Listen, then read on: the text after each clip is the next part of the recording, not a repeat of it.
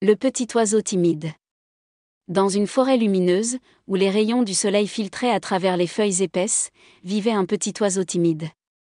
Son plumage était vivement coloré, avec des milliers de couleurs, brillant, avec des ailes délicates marquées de noir et de blanc, mais, malgré sa beauté, il gardait toujours son bec fermé.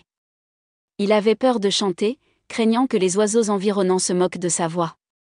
Chaque jour, il s'asseyait sur une haute branche, près de la cime des arbres, et écoutait les chants des oiseaux. Il s'émerveillait des trilles des rossignols, du joyeux pépiment des grives et du sifflement des merles. Son cœur était rempli du désir de libérer sa propre chanson, mais la peur le tenait captif. Un matin, un rossignol gracieux, avec une poitrine blanche et des plumes aussi douces que de la soie, s'assit à côté de lui. Elle chantait avec une telle passion que la forêt semblait danser au rythme de ses notes. Remarquant que la bouteille ne chantait pas du tout, le rossignol interrompit son chant et le regarda avec curiosité. « Pourquoi es-tu si silencieuse, chère bouteille ? Le soleil brille et la forêt vibre de vie. Pourquoi n'élèves-tu pas la voix ?» La bouteille baissa la tête, honteuse. « J'ai peur, murmura-t-il. Et si ma voix était étrange ? Et si les oiseaux se moquaient de moi ? Le rossignol rit doucement, compréhensif. Oh, mon cher. Peu importe que tu chantes bien ou mal. La chanson parle de joie, pas de perfection.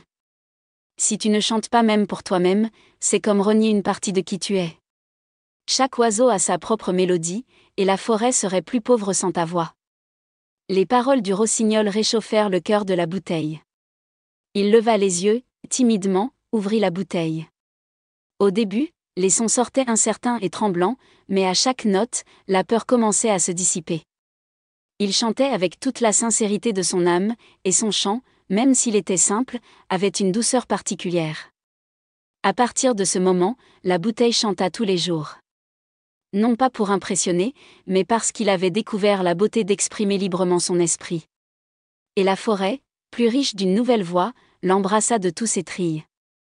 Ainsi, nous avons appris que la vraie valeur de nos talents ne réside pas dans leur perfection, mais dans le courage de les partager avec le monde. Fin.